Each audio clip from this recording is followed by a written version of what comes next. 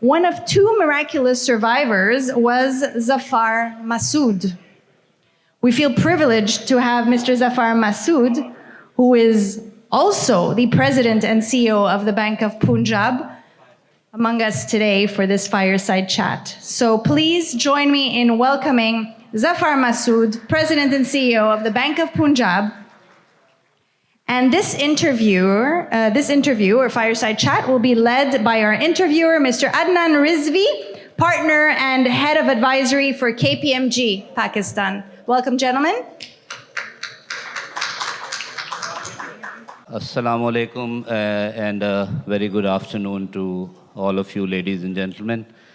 Thank you, Hamza and TerraBiz, for providing this great opportunity to have a chat with not only a local but now an international celebrity, Zafar Masud. So big round of applause. So I know Zafar Bhai for almost 2 decades now, and just to clarify to all of you, if you were expecting anything about that difficult incident, so that is not going to be mentioned in today's discussion at all, because while he is extremely strong, I'm not that strong, and I was with him during that period, so I don't want to have any recollection of that. So I consider Zafar Masud to be a financial expert and also a great leader. So the questions I framed are in these two contexts. So Zafar Bhai, first of all, you have been not only mentioned but highlighted. You are the first one to be mentioned in that Master Mentors, which is a very famous now book of Scott Jeffrey Miller. And in that, I think the one key message which he has ascribed to your style of leadership is management by empathy. So just share with our audience briefly as to what exactly is meant by that, and practically how do you put that into effect? Thank you, Adnan. Thank you, Hamza. Thank you to the DG BAP team. I'm really honored and privileged to be here today and given this opportunity to share certain thoughts with you all. And I'm particularly honored that I've been sort of interviewed by none other than Adnan Rizvi, who is one of the best professionals that we have in the industry. I'm expecting certain hard questions from him. He's not an easy guy, as most of you know him. And he started out with a very tricky one as well. Management by empathy is something which I always sort of try and adopt in my management style. But I've been tentative about it. Tentative in the sense, is that the real way of managing people, or is there a better way of managing people? But post my experiences of May 2020, that was kind of reinforced. And now I've come to this conclusion that this is the best way to go. Management by empathy is at times misconstrued as something where you tend to be too soft on your management style. Not true at all. It's reinforcing the merit-oriented culture. It reinforces the fact that you have to give people chances, you have to give people opportunities to perform and deliver.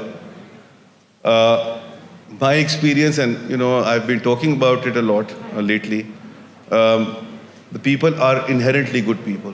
You need to give them opportunity, you give them leeway, a platform, and then they come around and they deliver.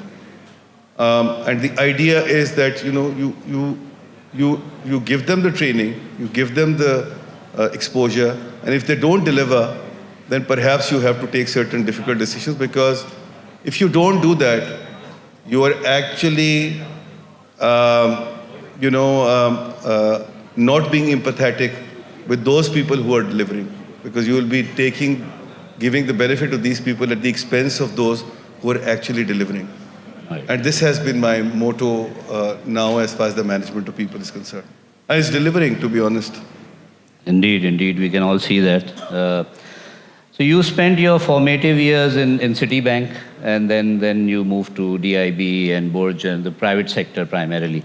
And then you directly stepped into national savings, which can be the most extreme of the government organizations. Right. Yes. And after that, Bank of Punjab. So what was your motivation of going towards these organizations, which I don't think any private sector professional even considers? Yeah. Yes, after working for, and I call it 360-degree experience. So it was already 270 degrees. Then I decided to go for national savings. I worked for Citi, Barclays, DAB, as you said, and American Express in Pakistan, Middle East, and Africa. And learned a lot in terms of how the governance takes place, how the management is supposed to be done, systems, processes, and everything. Almost 20, 25 years. And then I became an entrepreneur. I set up my own company called Burj Capital, which was successful in its own right. And then I did the consultancy as well. I've been on the board of State Bank of Pakistan for 2 terms. So got the flavor of how the regulator works, what are their constraints, what are their priorities. So given all of that, I thought this is about time for me to pay back, to deliver to these institutions. These institutions are our institution. These institutions are owned by us. They are not owned by any political party. They are not owned by any government. They are not owned by any politician. These are our institution, and we have to work towards improvement of these institutions. We have to make that difficult route to get there, and then make sure that you will deploy all your learnings in these institutions for the betterment of these institutions for the country in 2 ways. One, in terms of contributing to the exchequer or reducing the burden on the exchequer. But 2, in terms of public delivery, which is a critical aspect of very purpose and critical aspect of these institutions. And since it's a digital, I'm not saying this because it's the digital conference that I'm sitting in, but digitization remains the cornerstone in both these organizations, and the government still is very averse and not being exposed to the digitization as such. And national savings, my biggest success, if you ask me, Adnan, has been the completion of automation when I was there. Yeah. And then initiation of the digitization, which took the organization to the next level. And I'm really very proud of it, where national savings stand today. And related to this digitization is also, I was listening to the previous panel, and there was a talk about documentation of economy, and there was talk about cash economy. I'm also take a lot of pride in the fact that, when I was in national savings, we had introduced the registered price bonds, which was the major step towards documentation. We also introduced we also made national savings as part of the clearing system of banking, through which now it became much more efficient to check clearance, for coupon clearance of national saving customers. And also, the framework for Islamic banking, as well as the framework for what we see now is Naya Pakistan certificate, was designed while I was there as Overseas Pakistani Savings Certificate. Great, great. So you come from a renowned literary family, and with आपके Nana Sayyid Taqi, John Elia and all. So you've been brought up, your illustrious father, your mother, and all the family members. So how does that background reflects in your management style, and what would you recommend to the younger generation in terms of having some flavor of literature in their lives? So Adnan, I have a thesis. In fact, I intend to write a book on that as well. It's called Literature and Economy. I believe that literature and economy are one and the same thing. They're joined from the hip. And in this competitive world that we are operating in, and especially I'm sitting in a room which is full of these creative people. Digitization can't take place. Automation can't take place if you're not inherently a creative person. And, I think you have to have something more than your professional exposure to then make a difference from the others. And that difference will only come if you are exposed to art and culture and literature in a certain way. Art and cultural literature gives you a sense and connection with people.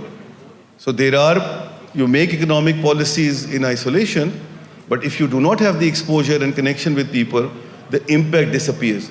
Same goes for any product that you are developing in digitization. If you do not have that connection with people, that would tend to fail. Therefore, these connections are very important, and these relationships are very important that you create through literature, art, and culture. If you look at globally, we have seen how the literature has played a role in terms of bringing in revolution, political and economic both. Look at, Russian Revolution. Look at French Revolution. Look at Industrial Revolution of UK, where, the likes of Charles Dickens' Hard Times and Daniel Defoe's, Robinson Crusoe made a major role. China, for that matter, Mao's little red book. All these things played a major role in giving people exposure and connecting each other, which then results into an economic development which is much more sustainable and long-term, and this is what was lacking in Pakistan. I think we need to connect the two, otherwise, we will hit the brick wall at some point in time. And Bank of Punjab is doing an excellent job in promoting Thank you very much. Thank you. Literature and culture. Now, finally, coming towards the macro picture, and you are a prolific writer. I think you are one of those who write pretty regularly on various economic issues, and having been at the helm of affairs of national saving, where you're seeing the entire sort of monetary and fiscal policy and all. So I think, if just for the benefit of the audience, if you were to take charge of the economy, what are the 3 key steps you will take, or you would suggest the incumbent to take? Adnan, I always considered you as a well-wisher and a friend. But you're certainly not the one asking me this question, putting me on the spot on this one. The problem is that, our problems our issues are mammoth. They're enormous. And, confining them to 3 will be an even big task and a half, to be honest. But since you've already put me on the spot, let me try and figure out what those 3 areas could be. So if I were to think and start, then, and I've always advocated it, is the fact that, I think we need to make our institutions more independent, and I'm particularly referring to our regulators. Our regulators currently are, for example, under line management. They have to be made independent. We have to get the best talent from the market to run these organizations. Until and unless we do that, we will have a problem at hand. And there are certain entities which are ripe for privatization. And if I look at the entities, top 10 entities which are a drain on public sector, on public exchequer, 8 of them are definitely a right candidate for privatization. These are the Pakistan Steels of the world and the DISCOs. The 2 remaining behind are PIA and National Highway Authority. Both of them could be, could also be prepared for privatization, but I personally think there is a viability gap fund which is required for this. The kind of business they're involved in, they can't be privatized right away unless you have a viability gap fund at the government level ready. Restructured initially. Absolutely. That's the given point.